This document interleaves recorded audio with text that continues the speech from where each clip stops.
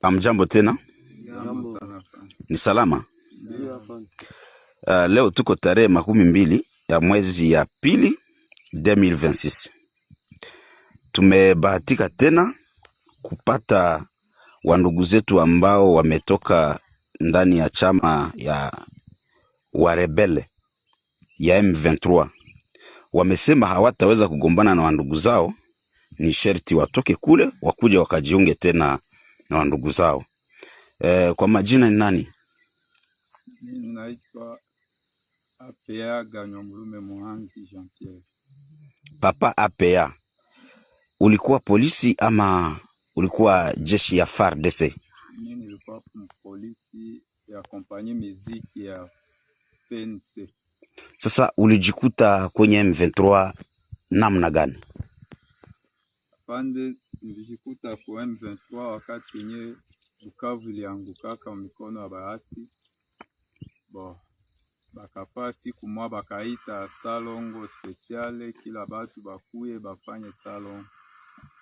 Ni kufika pale, kumbe ba shefu ya mungini balikuwa balisha tupania sinyale, bakatukamata pale sawa vile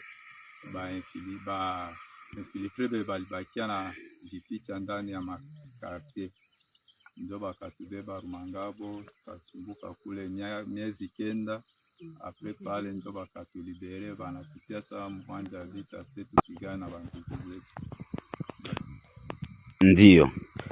Vile munaona hapa, kati yao kuna waine ni wa ex-FARDC na mwingine mmoja kati yao ni alikuwa polisi, alikuwa pense, alikuwa mchunga raia.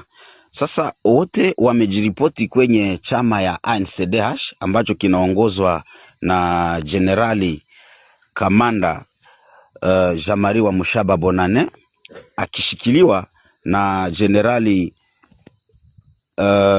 Sauli Dunia Inyasi. Ndiyo maana wamesema wakuje wajiunge na watoto wa nchi, wasiendelee kutatiza wa ndugu zao ndani ya hiyo chama ya M23 ya wateroristi. Leo wamesema nono, hatutaendelea kuteseka, tutoke kule, turudie, tukuye, twende kwetu kunyumba, tujiunge na wa ndugu zetu. Na wewe jina yako ni nani? Kalonji Kabangu. Ulishikwa je?